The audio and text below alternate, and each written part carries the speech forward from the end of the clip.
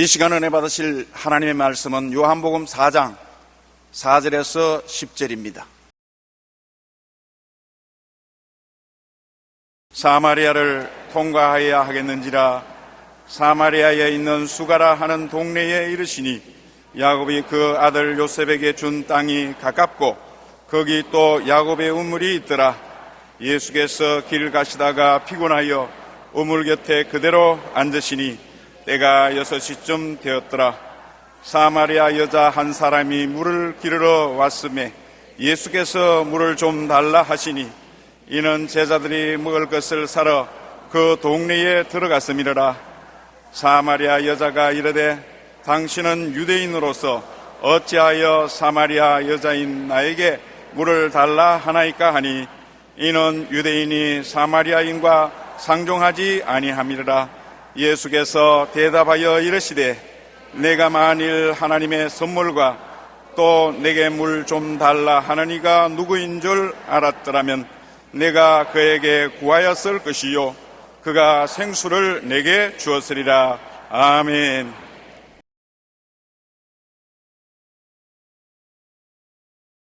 오늘 저는 죄인을 구원하시는 예수님이란 제목으로 말씀을 나누겠습니다.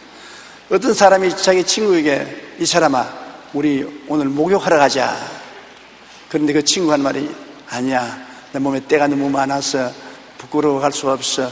때를 좀 씻고 깨끗하게 하고 난 다음에 목욕하겠다. 그럼 뭐라고 그 친구가 대답하겠습니까? 야, 이 사람아, 때가 있기 때문에 목욕탕에 가는 것이지 때가 없으면 목욕탕에 갈 필요가 없지 않느냐, 그렇게 말할 것입니다. 이것은 비유로 한 말인데, 이 사람아 교회 같이 나가자. 나는 죄가 많아서 교회 나갈 수가 없어. 죄가 있기 때문에 교회에 나가는 거야. 죄가 없으면 교회 나갈 필요가 없지 않느냐, 그렇게 말할 수 있는 것입니다. 주님께서 이 세상에 오신 것은 죄인을 불러 구원하러 오신 것입니다.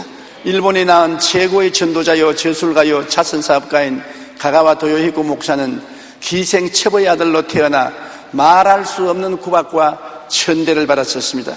소년 시절에 그의 성격은 삐뚤어지고 어두웠습니다. 게다가 폐병상기로 얼마 더 살지 못한다고 진단을 받았었습니다. 그는 어느 겨울 오후에 담장 밑에 혼자 앉아 햇빛을 받고 앉았는데 사람들이 북을 치며 찬송가를 부르면서 예수를 믿으세요, 하나님의 자녀가 되는 권세를 얻습니다 하며 그에게 전도지를 주는 것이었습니다. 그는 자신도 모르게 벌떡 일어나 전도자를 붙잡고 물었습니다. 나같이 가난하고 병들고 천한 기생의 자식도 하나님의 자녀가 될 수 있습니까? 그러니까 그 사람이 그러면요, 누구든지 예수님을 믿기만 하면 하나님의 자녀가 될 수 있습니다. 그 말에 감동해서 그 자리에서 예수를 구주로 모시고 하나님께 헌신하고 신학을 졸업하고 일본에서 태어난 세계적인 유명한 박예자가 된 것입니다. 우리 몸에 때가 있으니까 목욕탕에 가는 것 같이 우리가 죄인이기 때문에 예수님 앞에 나와 용서함을 받고 하나님의 자녀가 되는 것입니다. 그러므로 예수님께서 나는 의인을 불러 구원하러 온 것이 아니라 죄인을 불러 구원하러 왔다고 말씀하신 것을 기억해야 될 것입니다. 예수님께서 한 번은 세관을 지나가는데 세리마태가 앉아있는 것을 보고 세리를 나를 따라고 부르셨습니다. 그래서 이 세리마태가 기뻐서 뛰어나와 예수님을 자기 집에 모시고 식사를 대접하는데 세상이 다 아는 건달들, 죄인들이 함께 모여서 호함을 치고 박수를 치고 웃고 하면서 식사에 참여했었습니다. 그러자 예수님을 항상 비난하고 공격하던 바리새교인, 사두개인, 교법사들이 예수님 제 아들 보고 이 선생 꼬라지 좋다. 세상에 세리마태하고 저 죄인들, 저 건달들하고 모여가지고서 함께 웃고 농담하고 잡담하고 밥 먹고 이게 네 선생이냐, 그렇게 말했습니다. 그때 왜 세리를 미워했느냐? 로마가 유대를 다스리기 때문에 세금을 갈취해 갔습니다. 이러므로 로마의 앞잡이가 되어서 유대인들 동포들의 삶을 괴롭게 했습니다. 세금을 갈취할 뿐 아니라 자기들 목도 빼앗아가기 때문에 민족적 원수요, 유대인의 원수였었습니다. 세리라면 유대민족은 머리를 흔들었습니다. 그런 세리 백주의 대낮에 집에 예수님이 가서 건달들하고 같이 식사를 하니까 그렇게 말할 수밖에 없습니다. 마태복음 9장 9절 예수께서 그곳을 떠나 지나가시다가 마테라 하는 사람이 세관에 앉아있는 것을 보시고 이르시되 나를 따르라 하시니 일어나 따르니라. 예수께서 마태의 집에 앉아 음식을 잡수실 때 많은 세리와 죄인들이 와서 예수와 그의 제자들과 함께 앉았더니 바리새인들이 보고 그의 제자들에게 이르되 어찌하여 너희 선생은 세리와 죄인들과 함께 잡수느냐. 예수님께서 그 말씀 들으시고 건강한 자에게는 의사가 소용없고 병든 자에게야 소용이 있다. 내가 세상에 온 것은 의인을 부르러 온 것이 아니라 이와 같은 죄인을 부르러 왔다. 성경에 너희는 가서 내가 긍휼을 원하고 제사를 원하지 아니하노라 하신 뜻이 무엇인지 배우라. 그렇게 말했습니다. 이것은 호세아서에 있는 말씀인데 하나님은 긍휼을 원하고 율법적인 제사를 원치 않는다는 것입니다. 우리 성경에 보면 한 부자가 두 아들이 있었는데 그 둘째가 아버지 재산을 상속받아서 집을 떠나 멀리 가서 장기와 탕진해버리고 말았던 것입니다. 흉년이 되니까 먹을 것이 없어 거지가 되었었습니다. 완전히 남루한 옷을 입고 거지가 되어 올 때 갈 데 없으니까 빈손 들고 아버지께로 와서 아버지 이제 아들이라 일컬음을 받지 못하니 날품팔이로 사용하여 주십시오. 그때 아버지가 반기며 그 아들을 끌어안고 제일 좋은 옷을 갖다 입히고 신발을 신기고 아들 된 가락지를 끼우고 송아지를 잡아서 이웃 사람을 청해서 잔치를 베풀었습니다. 밤늦게 밭에서 돌아온 형이 그 잔치하는 이야기를 듣고 그 사연을 알고 난 다음에 화가 나서 집에 안 들어옵니다. 그 아버지가 가서 집에 들어오너라. 아버지의 아들이 아버지의 재산을 가지고 장기와 다 낭비하고 난 다음 저렇게 거지가 돼 들어오는데 그를 환영합니까? 나는 지금까지 아버지한테 충성하고 아버지 집을 떠난 적이 없는데 염소 새끼 한 마리도 주어서 친구가 이렇게 먹게 안 했잖아요. 그러니까 아버지가 너는 항상 나와 함께 있으므로 내 것이 다 내 것이다. 저 애는 죽었다가 살아났으며 잃었다가 얻었으니 우리가 기뻐하는 것이 즐거워하는 것이 마땅하다. 이게 아버지의 마음과 형제의 마음이 다른 것입니다. 아버지의 마음은 탕자가 되어서 탕진가산하고 빈손 들고 오더라도 건강한 몸으로 온 것을 기뻐해서 용서하고 긍휼을 베풉니다만 형제만 되어도 율법을 요구합니다. 마땅히 죄를 받아야지, 마땅히 고통을 당해야지, 왜 고통 없이 받아들이냐, 그렇게 하는 것입니다. 근데 우리 하나님께서는 이 예수님을 통해서 말씀하시기를 내가 원하는 것은 긍휼을 원하고 제사를 원치 않는다는 것입니다. 하나님께서는 여러분이 회개하고 돌아와서 용서받고 하나님의 사랑받기를 원하시지 율법으로 여러분을 치리하기를 원치 아니한다는 것입니다. 주님은 의인을 부르러 온 것이 아니요 죄인을 부르러 왔다고 말씀하신 것을 우리가 알아야 되는 것입니다. 주님께서 마태와 같은 흉악한 유대인의 원수요 죄인도 구원해서 제자로 삼으셨습니다. 또한 우리 예수님의 생애를 보면은 어느 곳에 가든지 세상이 다 아는 죄인을 찾아가서 복음을 전했었습니다. 오늘 읽은 성경에 보면 예수님이 사마리아로 지나가야만 했다고 했습니다. 그냥 지나가는 것이 아니라 사마리아로 지나가야만 했습니다. 강제로 안 가면 안 된다는 마음을 가지고 사마리아로 지나가다가 낮 12시 해가 쨍쨍 비추이고 땀이 나고 더운 때 우물가에 앉아서 누구를 기다립니다. 제자들은 다 밥 사 먹으러 시내에 들어갔는데 예수님은 누구를 기다립니다. 그런데 한 여인이 물동이를 이고 그 물가에 나옵니다. 그 여인은 아침에 물길로 나오기나 저녁에 물길로 나오지 않습니다. 왜냐하면 사마리아가 다 아는 초한 여자입니다. 여러 번 시집을 가고 여러 번 남편을 바꾸고 음란하고 방탕한 여자로서 소문났기 때문에 사람들이 같이 교제를 하지 않습니다. 사람과 사귀기를 원치 않기 때문에 그는 대낮에 아무도 우물가에 오지 않을 때 물길로 나오는 것입니다. 바로 예수님이 그 사마리아에서 악명 높은 여자를 기다리고 있는 것입니다. 참으로 우리 하나님의 마음을 이해할 수 없다고 생각하지 않습니까? 그런데 그 여자가 우물물에 와서 물을 기르면서 예수님을 본체 만취합니다. 그 당시에는 유대인들은 사마리아 사람을 이방인으로 취급하고 개 취급을 해서 상대를 안 합니다.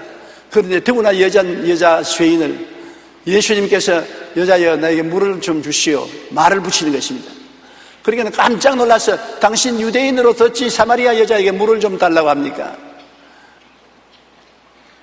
예수님께서 내가 하나님의 선물이 무엇이며 물 좀 달라는 분이 누군 줄 알았더라면 네가 구하였을 것이요 내가 생수를 내게 주었으려. 웃으면서 여자가 이 우물이 얼마나 깊은지 압니까? 우리 조상 야곱이 준 우물로서 그 자녀들이 여기서 물을 마셨는데 당신은 물풀 두레박도 없고 그릇도 없으면서 무슨 생수를 내게 준단 말입니까? 그때 예수께서 말씀하기를 이 물을 마시면 또 목말라서 또 물 길러 오지. 내가 주는 물을 마시면 영원히 솟아나는 생수가 되어서 목마르지 아니하다니까. 그러니까 이 여자가 눈이 둥그레지면서 그래요? 그러면 그 물 나도 좀 주옵소서. 다시 물 길러 오지 않게 하여 주십시오. 주님께서는 말을 붙인 것입니다. 주님께서는 그러면 남편을 데리고 함께 오너라. 그러니까 여자가 고개를 슬슬 내면서 난 남편이 없어요. 맞았어. 당신은 남편 5시가 있었어. 5번 이혼을 했어. 6번째는 오다 가다 우연히 만난 남자하고 살고 있어. 여자가 화닥 놀랐습니다. 아, 이제 보니까 선지자이군요. 나의 생애를 환히 들여다보는 선지자이군요.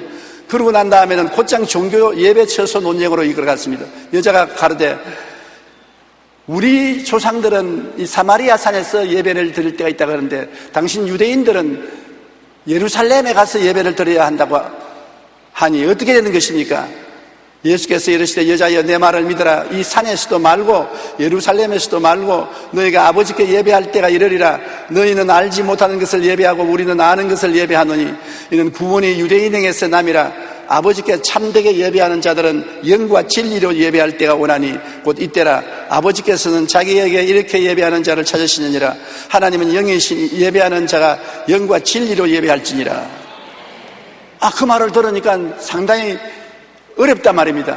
하나님께 예배하는 것은 의식과 형식이 아니라 신령과 마음의 진정으로 예배를 드리는 자를 찾는다고 하니까 그 여자가 너무 어렵습니다. 우리는 메시아가 온다고 듣고 있는데 그 메시아가 오면은 그 그리스도가 우리에게 이 모든 것을 알려줄 것입니다. 예수님이 그 여자 눈을 똑바로 들면서 내가 바로 그 그리스도다. 그러자 성령의 역사에서 이 여자의 눈이 확 열렸습니다. 예수님이 메시아여 그리스도인 것을 알게 되었습니다. 물동이를 던져주고 시내로 뛰어들어가서 온 동리방네 고함을 쳤습니다. 나의 생애를 손바닥 들여다보시 다 보고 말하는 사람 와 있는데 이분이 메시아가 아니냐.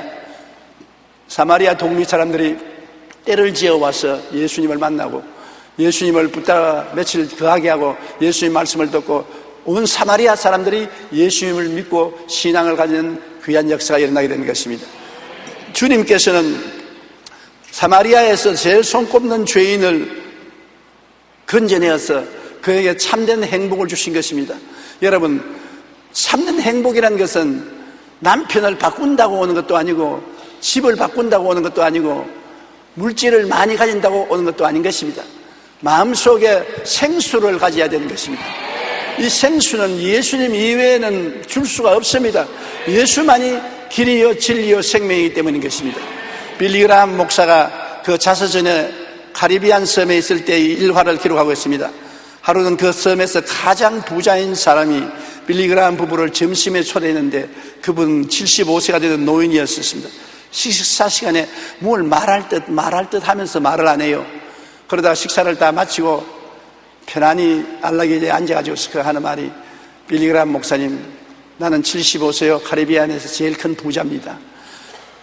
멋진 요트가 있어서 어디를 가든지 그 요트를 타고서 바다 위를 달릴 수 있으며 자가용 비행기가 있어서 어디든지 날아갈 수 있고 자가용 헬리콥터가 있어서 어디든지 갈 수 있지만은 나는 도무지 행복하지 않습니다. 마음이 늘 비참합니다. 마음에 고통이 꽉 들어차 있습니다. 이 세상에 물질이 행복을 줄 줄 알고 평생 물질을 먹으려고 애를 썼는데 이렇게 돈이 행복을 주지 못할 줄을 나는 이제 알았습니다. 그 다음 그날 오후에 그 지역을 방문하는데 75세 먹는 목사님을 만났습니다. 그 목사님이 빌리그람 목사님 보고 말하기를, 목사님, 저는 제 앞에 돈 2만 원도 없습니다. 그래도 나는 제일 행복한 사람입니다. 예수님이 내 마음에 계시고 내가 예수님을 사람들에게 전도하고 있으니 그 행복과 기쁨은 말로 다 할 수 없습니다. 그 두 사람 노인이 다 같이 75세였는데 한 사람은 돈은 많이 가지고 자가용 비행기에 헬리콥터에 보드까지 가지고 있으면서도 극히 불행했으나 한 사람은 단돈 2만 원도 없으면서도 그 마음속에 기쁨과 행복이 넘친 것은 행복이란 마음에서 넘쳐나오는 것이지 환경에서 다가오는 것은 아닙니다. 사람을 행복하게 만들기 위해서 아름다운 환경을 꾸며주는 것은 좋습니다. 환경이 편안하고 안락하고 아름다우면 좋지요. 그러나 그것이 영구적인 행복을 갖다 주지는 못합니다. 항구적인 행복은 마음속에 예수님이 들어와야 되는 것입니다. 왜냐하면 사람은 하나님의 형상과 모양대로 지음을 받았기 때문에 하나님 없이는 도저히 마음에 안정이 될 수가 없습니다. 하나님 깝대기인데 알맹이인 하나님이 들어오셔야 완전하게 되지 않습니까? 그러므로 알맹이이신 하나님 예수님을 우리 마음속에 들어와 계셔야 비로소 마음의 평안과 안정이 있어 밥을 먹고 일을 하고 사업을 해도 기쁘고 즐겁고 가치가 있어지는 것입니다. 예수 없는 삶은 사는 것 같으나 헛사는 것입니다. 이 세상에 많은 사람들은 자신의 환경과 조건에서 삶의 의미와 행복을 구합니다만 참된 행복은 물질이나 돈과 같은 외적인 환경에 있지 않습니다. 예수님은 누가복음 12장 15절에 삼가 모든 탐심을 물리치라 사람의 생명이 그 소유의 넉넉한 데 있지 아니하라 말씀하셨습니다. 이 세상에 가지고 있는 소유물이라는 것은 언제고 떠나가는 것입니다. 지나가요. 어제 우리 대학로에 나라와 민족을 위해서 기도하러 갈 때 비가 오고 바람이 불고 추웠습니다. 그런데 오늘은 비도 안 오고 바람도 안 불고 춥지도 않습니다. 춥고 바람 불고 비 오는 것이 지나갔습니다. 또 다른 기후가 왔습니다. 인생도 안 가진 것입니다. 인생 생활에 춥고 바람 불고 고통스러운 때가 항상 계속하냐면 그건 잠시 있다가 지나가고 또 평안하고 행복하고 좋을 때도 다가오는 것입니다. 그러나 이 세상 일은 항상 변화무쌍하는 것입니다. 영원한 것은 없습니다. 영원한 것은 오직 하나님의 아들 예수님밖에 없습니다. 예수님의 십자가 구원을 마음속에 받아들이는 사람은 어떠한 형편이든지 마음속에 영원히 목마르지 않은 생수의 강이 넘쳐나게 되는 것입니다. 죄인에 대한 주님의 사랑이란 참 끝이 없습니다. 주님은 누가복음 15장 4절로 7절에 이런 이야기를 하셨습니다. 너희 중에 어떤 사람이 양 100마리가 있는데 그 중에 하나를 잃으면 99마리를 덜에 두고 그 잃은 것을 찾아내기까지 찾아다니지 아니하겠느냐. 또 찾아낸 적 즐거워 어깨에 메고 집에 와서 그 벗과 이웃을 불러 모으고 말하되 나와 함께 즐기자 나의 양을 찾아내어노라 하리라.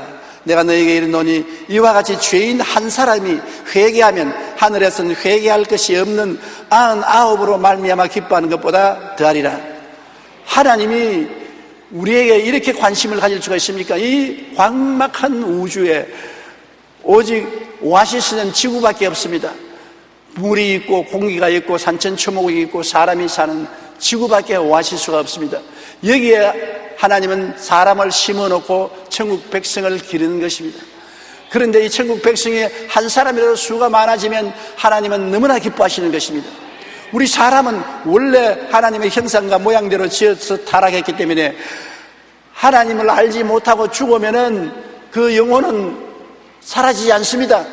그 속 사람은 지옥으로 떨어집니다. 세상에서도 하나님이 없었는데 저 세상에서도 영원히 하나님이 없는 어둡고 캄캄한 지옥으로 떨어져 가는 것입니다. 그러나 예수 그리스도를 믿고 하나님을 섬기면 이 땅에서도 마음의 빛과 평안을 가질 뿐 아니라 육신을 벗어버릴 때 빛과 평안한 하늘나라로 들어가는 것입니다. 하나님은 더 많은 자손들이 빛과 평안을 얻어서 천국에 들어오기를 원합니다. 그래서 이 비유를 말씀하는 것입니다. 양 100마리를 돌보는 사람이 99마리가 평안히 우리에 있는데 한 마리를 잃었습니다. 어지간한 것 같으면 나마리가 있으니 한 마리쯤은 잃어버리도 상관없다, 잊어버리자, 그렇게 할 것 아닙니까? 혹시 한 마리 찾으러 갔다가 99마리를 우리에서 도둑놈이 와서 훔쳐가면 어떻게 합니까? 그럼에도 불구하고 99마리로서 만족을 할 수가 없다는 것입니다. 99마리 우리의 신이 그대로 두고 한 마리를 찾아 산과 들로 헤매다가 찾으면 그를 목에 걸치고 기뻐 돌아와서 친구들을 불러 모아 잔치를 베풀고 잃었던 양을 찾았다고 즐거워한다는 것입니다. 바로 우리 한 사람이 회개하고 돌아오면 하나님이 그렇게 기뻐한다는 것입니다. 하나님이 뭘 가지고 기뻐하시겠습니까? 회개하고 주님께 두 손 들고 들어오는 사람을 기뻐하시는 것입니다. 내가 잘났다, 내 힘으로 살 수 있다, 내 힘으로 할 수 있다고 자랑하는 사람 하나님이 좋아하십니까? 아닙니다. 깨어지고 회개하고 천부의 여지 없어 손 들고 옵니다. 주님께 의지하고 나오는 사람을 하나님은 기뻐하고 즐거워하고 그 죄를 용서하시고 구원하여 주시는 것입니다. 누가복음 19장 10절에 인자가 온 것은 잃어버린 자를 찾아 구원하려 왔다고 말하는 것입니다. 예수님이 온 것은 잃어버린 자를 구원하러 왔었습니다. 잘 믿고 하나님 잘 섬기는 사람을 찾으러 오지 않았었습니다. 잃어버린 자, 하나님도 모르고 천국도 모르고 버림받은 자, 잃어버린 자, 이런 사람을 예수님은 찾으러 오시다는 것입니다. 예수님께서 십자가에 못 박혀 보십시오. 어지간하면 십자가에서 주님 내려왔을 것입니다. 얼마나 고통스럽습니까? 이 세상에 사람을 죽이는데 가장 흉악한 형틀이 십자가인 것입니다. 양손과 양발에 대못을 받고 높이 공중에 매달아 놓는데 얼마나 고통스럽습니까? 빈혈이 되고 탈수가 되고 몸의 고통과 괴로움은 극에 달하는 것입니다. 주님께서 내려올 수 있었습니다. 그런 유혹을 또 했습니다. 밑에 있는 사람들이 네가 하나님의 아들이거든 십자가에서 내려오라 그러면 우리가 믿겠노라. 옆에 있는 강도도 네가 하나님의 아들이냐 그러면 우리를 십자가에서 내려오게 하라. 그러나 예수님은 끝까지 그 말에 귀를 기울이지 않았었습니다. 잃어버린 우리의 양무리를 구원하기 위해서 그 죄를 대신 갚아야 되기 때문에 우리에 대한 사랑이 자기 고통보다 너무나 컸기 때문에 그 억센 고통을 몸부림치고 참으면서 그는 십자가에서 내려오지 않았었습니다. 예수님의 고통이 극에 달했을 때 주님께서는 하나님이여 하나님이여 어찌하여 나를 버리셨나이까? 바로 하나님의 품 안에 있는 예수님인데도 불구하고 너무 고통스럽고 괴로우니까 하나님이 나를 버리셨다. 이제 나는 나조차 하나님께 버림받았다. 그러한 고통을 당하면서도 그는 십자가에서 내려오기를 거부했습니다. 그 결과로 오늘 우리가 죄사함을 받고 구원을 받게 된 것입니다. 우리는 그 은혜를 인하여 믿음으로 말미암아 구원을 얻었나니 이것이 우리에게서 난 것이 아니요 하나님의 선물입니다. 행위에서 난 것이 아니니 아무도 자랑할 것이 없습니다. 내가 좋은 일을 많이 해서 선하고 착한 일을 많이 해서 정의로워서 구원받았다. 웃기는 소리 하지 마십시오. 우리의 죄가 얼마나 큰데 그것으로 갚을 수가 있습니까? 죄의 빚에 비교하면 아무것도 아니죠.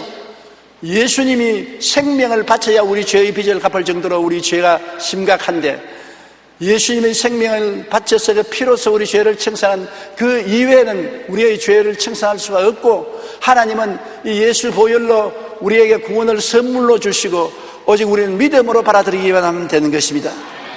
마태복음 18장 14절에 이와 같이 이 작은 자 중에 하나라도 잃는 것은 하늘에 계신 너희 아버지의 뜻이 아니니라. 작은 자, 어린아이라도 잃어버리는 것은 하나님의 뜻이 아닙니다. 모든 사람이 다 예수를 믿고 구원에 이르기를 하나님이 원하시는 것입니다. 목자는 양을 찾아 기뻐 넘치는 것처럼 하나님은 하늘나라에서 예수를 믿고 구원받아 나오는 사람을 인해서 기뻐하고 즐거워하는 것입니다. 누가복음 15장 7절에 내가 너희에게 이르노니 이와 같이 죄인 한 사람이 회개하면 하늘에서는 회개할 것 없는 의인 99으로 말미암아 기뻐하는 것보다 더하리라. 하나님이 기뻐하신다니 얼마나 즐거운 일인 것입니까? 그러면 여러분이 하나님을 기쁘시게 하려면 나가서 전도하는 것입니다. 여러분이 전도함으로 하나님이 얼마나 기뻐하시겠습니까? 나는 우리 집안을 보면 제가 17살에 폐병 걸려서 예수를 믿게 되었습니다. 제가 예수 믿고 난 다음에 우리 아버지 어머님이 예수님을 믿으시고 우리 9 형제간이 예수를 믿으시고 그 다음에 일가 친척들이 예수를 믿었어. 전 가족이 다 예수를 믿게 된 것입니다. 한 사람의 마음속에 진실로 그리스도가 들어와서 구원을 베풀면 그 구원은 누룩과 같이 퍼져나가는 것입니다. 전파되어 나가는 것입니다. 그러므로 한 사람이 더 구원을 받고 한 사람이 더 예수를 믿게 되면 하나님이 얼마나 기뻐하시고 박수를 치고 너털 웃음을 웃으시고 즐거워하시는 것입니다. 그러므로 나만 구원받았으면 되었지 뭐 다른 사람에게 구타히 전도하라고 애쓸 필요가 있느냐, 그렇게 하면 안 되는 것입니다.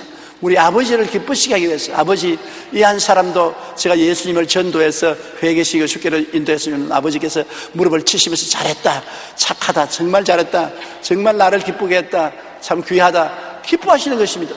하나님을 무엇으로 기쁘게 하시겠습니까? 이렇게 해서 하나님을 기쁘시게 하면 하나님이 여러분을 축복해 주시지 않겠습니까? 누가복음 15장 10절에 내가 너에게 이르노니 이와 같이 죄인 한 사람이 회개하면 하나님의 사자들 앞에 기쁨이 되느니라고 말했었습니다. 몇 년 전에 고고학교를 흥분시키며 세계가 떠들썩했던 사건이 있었습니다. 에집트의 한 무덤에서 원형 거의 훼손되지 않은 미이라 항구가 나왔는데 그 미이라는 3000년 된 미이라입니다. 바짝 말른 미이라인데 3000년이 되는데 그 손에 씨앗이 잡아 있습니다. 그 씨앗이 3000년 동안 미이라의 손에서 바짝 말라서 있었습니다.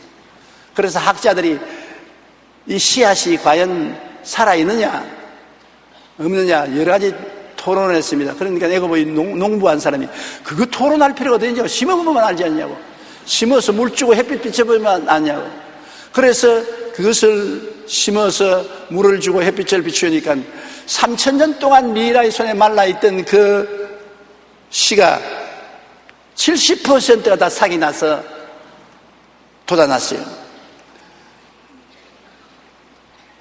물을 주지 않고 햇빛을 비추지 아니하니까 말라 빠져 있었지, 물을 주고 햇빛을 주니까 생명이 있었습니다.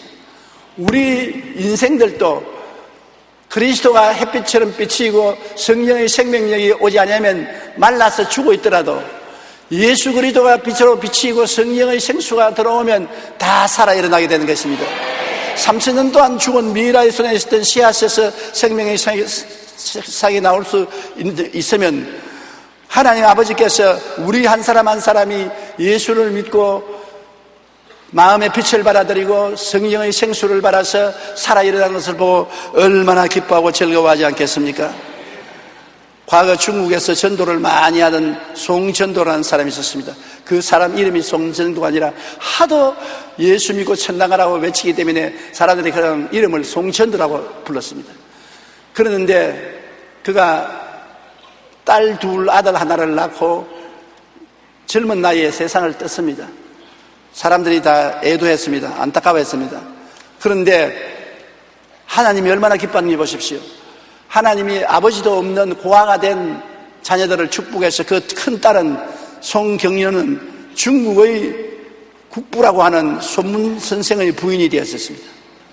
그리고 작은 딸은 송미령은 장개석 총통의 부인이 되었습니다. 그리고 그 아들은 송자문은 재정장관이 되어 한때 송전도의 자녀 3남매가 중국 전역을 통치했다고 합니다. 하나님이 얼마나 기뻐하셔서 그 자녀들에게 복을 주었습니까? 여러분이 이웃을 전도하여 구원하면 하나님이 기뻐하신 것만큼 여러분의 자녀들에게 축복으로 돌려주시는 것입니다. 그러므로 우리의 수고는 절대로 헛되지 않습니다. 사람이 무엇으로 심든지 그대로 거두게 되는 것입니다. 하나님의 기쁨을 위해서 심으면 하나님의 축복으로 거두고 하나님의 진노를 심으면 나중에 형벌로 거두게 되는 것입니다. 전도하는 것이 하나님이 얼마나 기뻐하는 것인지 모릅니다. 전도를 많이 해서 영혼 구원을 힘쓴 사람은 천국의 상급이 큰 뿐 아니라 이 땅에 사는 동안에도 하나님의 은혜가 넘쳐나는 것입니다. 우리 구원받은 자가 함께 모여 주님을 예배한 후에 흩어나갈 때 전도해야 되는 것입니다. 전도하면 하나님의 기적이 일어나는 것입니다. 내가 이 전도한다고 무슨 기적이 일어나겠느냐? 하와이에서 제가 집회를 하는데 나를 호텔에서 집회 장소로 왔다 갔다 운전을 해주는 교회 부목사가 있었습니다. 잘생긴 남자였습니다. 그가 나보고 하는 말이, 목사님, 노방전도가 참 필요합니다. 그래, 왜요? 그러니까 나는 고등학교 때부터 마약 중독자가 되어서 대학을 마치도 마약을 맞았습니다. 그리고 마약 밀매업자가 되었었습니다. 하루는 길을 걸어가는데 길거리에서 북을 치고 나팔을 불면서 전도를 하고 전도전을 나눠줘요. 나는 미친놈들을 지랄한다. 그렇게 말하고서 전도지 한 장 중에 받아서 포켓도에 구겨 넣었었습니다. 그리고 집에 왔다 옷을 정리하면서 그 전도지를 침대 곁에 던져놨습니다. 근데 하루는 내가 마약 주사를 너무 많이 맞아가지고 그냥 죽게 됐습니다. 숨이 턱에 차고 심장이 뛰고 완전히 정신이 혼미해지고 죽게 되어서 큰일 났습니다. 의지할 데가 없습니다. 그래서 불불 기어가서 내버려 놓은 그 전도지를 읽으니까 예수 그리스도를 믿으면 하나님께 나올 수 있고 하나님의 은혜와 사랑과 축복을 받을 수 있다는 글을 읽었습니다. 그 전도지를 가슴에 안고 하나님이여, 내가 예수 그리스도를 구주로 믿고 회개하고 나오니 이 마약 환자를 불쌍히 여기서 살려주옵소서 고함을 치고 기도하는데 하나님이 역사하셔서 마음이 가라앉고 몸이 가라앉고 평안하게 되어서 예수를 믿게 되고 구원을 받게 되는 것입니다. 그가 구원을 받아 신학교에 공부해서 졸업을 하고 하와이에 마약촌이 있어서 그 촌에, 마약촌에 있는 수많은 사람을 전도하기 위해서 내려와서 그 전도하다가 한 여대생이 마약에 걸려서 마약촌에 있는 것을 건져서 결혼해서 아내를 삼고 교회 목회를 하기 시작해서 그날 나를 차에 데리고 왔다 갔다 하는 일을 했었습니다. 그러면서 그가 하는 말이, 그 사람이 전도지를 내게 줄 때 내가 받아서 포켓에 구겨 넣었을 때 그 전도지 한 장이 나에게 하늘나라를 갖다 줄 줄 누가 알았었습니까? 그러나 그 전도지가 내게는 하늘나라를 갖다 주는 전도지가 되고 말았었습니다. 여러분, 그러므로 여러분께서 그냥 가방을 들고 다니지 마시고 전도지 몇 장씩은 꼭 넣고 다니면서 옆에 앉아 무료에 계시는 분이 있으면 전도지를 전달해 주십시오. 봐도 좋고 안 봐도 좋습니다. 하나님이 때가 오면 보게 되고 읽게 되는 것입니다. 그리고 구원을 받게 되는 것입니다. 하나님은 죄인 한 사람이 구원받는 것을 그렇게 바라고 기뻐하시는 것입니다. 예수님은 십자가에서 죽어가면서도 한 명의 강도의 구원에 심령을 기울였습니다. 얼마나 내가 지금 아픕니까? 너무나 아파서 견딜 수가 없는 그 지경에 있는데도 옆에 있는 죄인이 주여 주의 나라에 임할 때 나를 기억하소서, 주님이 그 기도를 들으시고 내가 오늘날 나와 함께 낙원에 있으리라. 마지막 숨을 거두기 전까지라도 죄인이 회개하면 주님이 구원하시는 것입니다. 나는 죄가 많아서 구원 못 받는다, 너 같은 죄인은 주님이 돌아봐 주지 않는다, 아니올시다. 여러분, 구원은 죄인이 있기 때문에 구원이 필요한 것입니다. 우리 예수님이 구주로 오신 것은 우리가 죄인이기 때문에 구주로 오신 것입니다. 우리가 의인이면 구주로 올 필요가 없는 것입니다. 우리는 다 죄를 짓고 불의하고 추악하고 더러운 사람입니다. 그렇기 때문에 우리를 건지기 위해서 예수님이 오신 것입니다. 우리가 몸에 때가 많기 때문에 목욕탕이 성업을 하는 것입니다. 우리가 몸에 때가 없으면 목욕탕 성업하지 못하는 것입니다. 그렇기 때문에 죄인이 예수를 믿고 죄가 많을수록 더 예수를 믿어 정결하게 되는 것입니다. 이러므로 우리도 스스로 마귀가 와서 너 같은 죄인은 하나님이 들어주지 않는다, 너 같은 죄인은 하나님이 미워하신다, 그런 말에 속아 넘어가지 마십시오. 사탄아 물러가라. 하나님은 의인을 부르러 온 것이 아니라 죄인을 부르러 오셨다. 하나님은 긍휼을 원하고 제사를 원치 않는다. 그러므로 나는 회개하고 나오면 하나님이 살려주신다. 또 흉악한 죄인들에게도 언제나 희망을 주십시오. 당신은 예수를 믿고 하나님의 자녀가 될 수가 있습니다. 하나님은 당신 같은 사람을 구원하기 위해서 우리 주 예수를 보내셨습니다. 당신 있는 그대로, 못난 그대로, 빈손든 그대로 예수께 나오십시오. 주님이 구원해 주시고 성령으로 그 다음부터 교화시켜 주십니다. 그렇게 해서 여러분 하늘나라를 이 땅에 확장해 나가야 되는 것입니다. 이제 얼마 있지 않냐면 주님께서 재림하십니다. 주님께서 새하늘과 새 땅과 새 예루살렘으로 우리를 옮기시는 것입니다. 그때까지 예수님은 하늘나라 백성을 준비하시고 예비하시는 것입니다. 우리는 그날이 올 때까지 열심으로 전도해서 더 많은 영혼을 주께로 인도하고 구원하는 여러분 되시기를 주님 이름으로 축원합니다. 우리 기도드리십시다. 전능하신 아버지 하나님, 누가 우리에게 전도해 주셨기 때문에 우리도 예수를 믿었습니다. 우리도 또 전도하기 때문에 다른 사람들이 예수를 믿습니다. 믿음은 들음에서 나며 들음은 그리스도의 말씀으로 말미암는다고 하셨습니다. 듣지 않고야 어떻게 믿을 수가 있겠습니까? 내 아버지 하나님, 오늘 우리 한국 교회가 너무 잠에 빠져서 전도하지 않고 자체적인 예배 형식에만 붙잡혀 있습니다. 우리 아버지여, 우리를 도와주셔서 성령의 구름기둥과 불기둥이 나타나 주시옵소서. 성령의 불이 활활 타 주시옵소서. 우리 마음속에 전도해야 되겠다는 열심히 생겨나게 도와주시옵소서. 우리 여의도 순복음교회에서 전도의 횃불이 높이 솟아오르게 도와주시옵소서. 온 한국과 세계를 전도의 불바다로 만들게 도와주시옵소서. 하나님의 기적의 역사가 일어나게 하여 주시옵소서. 우리의 힘과 능으로는 되지 않사오니 하나님 성령이여 바람같이 불같이 생수같이 임하여서 역사하여 주시옵소서. 성령의 불이 우리 마음을 붙잡아서 전도할 수밖에 없도록 만들어 주시옵소서. 예수님의 열정을 가지고 전도하는 우리 성도들이 되게 도와주옵소서. 예수님 이름으로 기도드리옵나이다. 아멘.